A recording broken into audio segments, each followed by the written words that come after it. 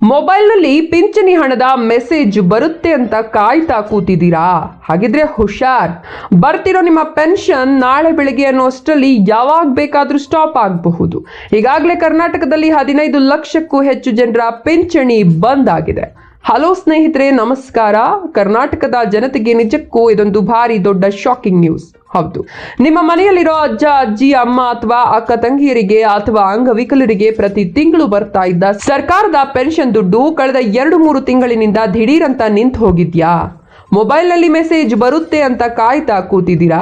ಹಾಗಿದ್ರೆ ಹುಷಾರ್, ನಮ್ಮ ರಾಜ್ಯ ಸರ್ಕಾರ ಸೈಲೆಂಟ್ ಆಗಿ ಒಂದು ಬಿಗ್ ಡಿಸಿಷನ್ ತಗೊಂಡಿದೆ. ಒಂದಲ್ಲ ಎರಡಲ್ಲ, ಬರೋಬ್ಬರಿ 15,75,000ಕ್ಕೂ ಹೆಚ್ಚು ಜನರ ಪಿಂಚಣಿಯನ್ನ ಸರ್ಕಾರ ದಿಢೀರಂತ ತಡೆ ಹಿಡಿದಿದೆ. ಇವತ್ತು ಬರ್ತಿರೋ ನಿಮ್ಮ ಪೆನ್ಷನ್ ನಾಳೆ ಬೆಳಗ್ಗೆ ಅನ್ನೋಷ್ಟರಲ್ಲಿ ಯಾವಾಗ ಬೇಕಾದ್ರೂ ಸ್ಟಾಪ್ ಆಗಬಹುದು. ಯಾಕೆ ಸರ್ಕಾರ ಇಷ್ಟೊಂದು ದೊಡ್ಡ ಮಟ್ಟದಲ್ಲಿ ಅಕೌಂಟ್ಗಳನ್ನ ಬಂದ್ ಮಾಡಿದೆ? ಸರ್ಕಾರದ ಹತ್ರ ದುಡ್ಡಿಲ್ವಾ ಅಥವಾ ಇದರ ಹಿಂದೆ ಬೇರೆ ಏನಾದ್ರೂ ಕತೆ ಇದೆಯಾ? ಬಂದ್ ಆಗಿರೋ ಹಣ ತಕ್ಷಣ ನಿಮ್ಮ ಅಕೌಂಟ್ಗೆ ವಾಪಸ್ ಬರಬೇಕಂದ್ರೆ ನೀವೇನ್ ಮಾಡಬೇಕು? ಕಂಪ್ಲೀಟ್ ಮಾಹಿತಿಯನ್ನ ವಿಡಿಯೋದಲ್ಲಿ ಹೇಳ್ತೀನಿ. 1 ಸೆಕೆಂಡ್ ಕೂಡ ಸ್ಕಿಪ್ ಮಾಡದೆ ಕೊನೆವರೆಗೂ ನೋಡಿ. ಹಾಗೆ ಮಾಹಿತಿಗೆ ಒಂದು ಲೈಕ್ ಕೊಟ್ಟು ನಿಮ್ಮ ಜಿಲ್ಲೆ ಮತ್ತು ನಿಮ್ಮ ಊರು ಯಾವುದು ಅಂತ ಕಮೆಂಟ್ ಮಾಡಿ ತಿಳಿಸಿ. ಜೊತೆಗೆ ಇದೇ ರೀತಿ ಉಚಿತವಾಗಿ ನೋಟಿಫಿಕೇಶನ್ ಮೂಲಕ ಮಾಹಿತಿಗಳನ್ನು ಪಡೆಯಲು ನಮ್ಮ ಚಾನೆಲ್ ಅನ್ನು ಸಬ್ಸ್ಕ್ರೈಬ್ ಮಾಡಿಕೊಂಡು ಪಕ್ಕದಲ್ಲಿ ಬರುವ ಬೆಲ್ ಮೇಲೆ ಕ್ಲಿಕ್ ಮಾಡಿ. ಹೌದು, ನಮ್ಮ ಕರ್ನಾಟಕದಲ್ಲಿ ವೃದ್ಧಾಪ್ಯ ವೇತನ, ವಿಧವಾ ವೇತನ, ಸಂಧ್ಯಾ ಸುರಕ್ಷಾ ಅಥವಾ ಅಂಗವಿಕಲರ ಪಿಂಚಣಿ ಯೋಜನೆಗಳ ಅಡಿಯಲ್ಲಿ ಸುಮಾರು 82 ಲಕ್ಷಕ್ಕೂ ಹೆಚ್ಚು ಜನ ಪ್ರತಿ ತಿಂಗಳು ದುಡ್ಡು ತಗೊಳ್ತಾ ಇದ್ದಾರೆ. ಇದಕ್ಕಾಗಿ ಸರ್ಕಾರ ತಿಂಗಳಿಗೆ 400 ಕೋಟಿಗೂ ಹೆಚ್ಚು ಖರ್ಚು ಮಾಡ್ತಾ ಇದೆ. ಆದರೆ ಇತ್ತೀಚೆಗೆ ಕಂದಾಯ ಇಲಾಖೆ ಅಧಿಕಾರಿಗಳು ಇಡೀ ಸಿಸ್ಟಮ್ಗೆ ಒಂದು ದೊಡ್ಡ ಸರ್ಜರಿ ಮಾಡಿದ್ದಾರೆ. ಅಧಿಕಾರಿಗಳು ಕೇವಲ ಆಫೀಸ್ನಲ್ಲಿ ಕೂತು ಈ ಕೆಲಸ ಮಾಡಿಲ್ಲ. ಗ್ರಾಮಾಡಳಿತ ಅಧಿಕಾರಿಗಳು ಪ್ರತಿ ಹಳ್ಳಿ, ಪ್ರತಿ ಮನೆಗೆ ಹೋಗಿ ಲೈವ್ ಆಗಿ ಚೆಕ್ ಮಾಡಿದ್ದಾರೆ. ಜೊತೆಗೆ ನವೋದಯ ಅನ್ನೋ ಹೊಸ ಡಿಜಿಟಲ್ ಸಾಫ್ಟ್ವೇರ್ ಮೂಲಕ ಇಡೀ ಸಿಸ್ಟಮ್ ಅನ್ನ ಫಿಲ್ಟರ್ ಮಾಡಿದ್ದಾರೆ. ಹೀಗೆ ಫಿಲ್ಟರ್ ಮಾಡಿದಾಗ ಬರೋಬ್ಬರಿ 15,75,000 ಅಕೌಂಟ್ಗಳು ಬ್ಲಾಕ್ ಆಗಿವೆ. ಇದರಿಂದ ಸರ್ಕಾರಕ್ಕೆ ಪ್ರತಿ ತಿಂಗಳು 150 ಕೋಟಿ ರೂಪಾಯಿ ಉಳಿತಾಯ ಆಗ್ತಿದೆ. ಹಾಗಾದ್ರೆ ಪಿಂಚಣಿ ನಿಲ್ಲಲು ಅಧಿಕಾರಿಗಳು ನೀಡ್ತಿರುವ ಆ ಪ್ರಮುಖ 5 ಕಾರಣಗಳು ಯಾವುವು ಗೊತ್ತಾ? ಮೊದಲನೇ ಕಾರಣ ಏನಪ್ಪಾ ಅಂದ್ರೆ ಸೂಕ್ತ ದಾಖಲೆಗಳ ಕೊರತೆ. ಸುಮಾರು 13 ಲಕ್ಷಕ್ಕೂ ಹೆಚ್ಚು ಜನರಲ್ಲಿ ಸರಿಯಾದ ಒರಿಜಿನಲ್ ಡಾಕ್ಯುಮೆಂಟ್ ಸಿಕ್ಕಿಲ್ಲ. ಬ್ಯಾಂಕ್ ಅಕೌಂಟ್ಗೆ ಆಧಾರ್ ಲಿಂಕ್ ಆಗಿಲ್ಲ. ಇನ್ನು ಕೆಲವರಿಗೆ ವಯಸ್ಸಾದ ಕಾರಣ ಹೆಬ್ಬೆರಳ ಗುರುತು ಮ್ಯಾಚ್ ಆಗ್ತಿಲ್ಲ. ಎರಡನೇ ಕಾರಣ ವಿಳಾಸದ ಗೊಂದಲ. ಸುಮಾರು 2,21,000 ಜನ ಅರ್ಜಿ ಹಾಕಿದ ಅಡ್ರೆಸ್ ನಲ್ಲಿ ಇಲ್ವೇ ಇಲ್ಲ.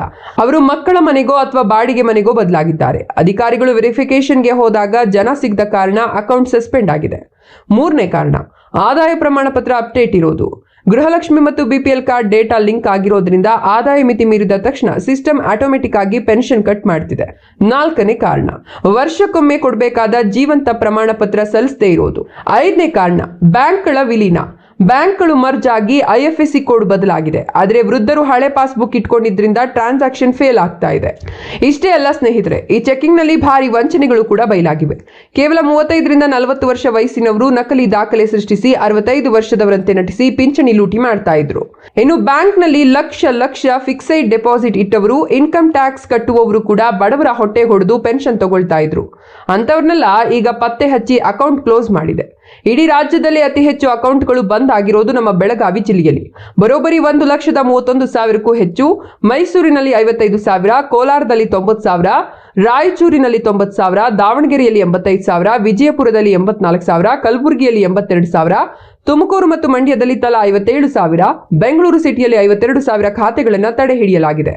ಇನ್ನು ಇಡೀ ರಾಜ್ಯದಲ್ಲಿ ಅತ್ಯಂತ ಕಡಿಮೆ ಅಕೌಂಟ್ ಬಂದ್ ಆಗಿರೋದು ಗದಗ ಜಿಲ್ಲೆಯಲ್ಲಿ. ಅಲ್ಲಿ ಕೇವಲ 13,536 ಖಾತೆಗಳು ಮಾತ್ರ ಸ್ಟಾಪ್ ಆಗಿವೆ. ಖಂಡಿತ ಯೋಚನೆ ಮಾಡಬೇಡಿ. ನೀವು ನಿಜವಾದ ಅರ್ಹ ಫಲಾನುಭವಿಯಾಗಿದ್ರೆ ನಿಮ್ಮ ಪೆನ್ಷನ್ ಖಂಡಿತ ನಿಲ್ಲಲ್ಲ.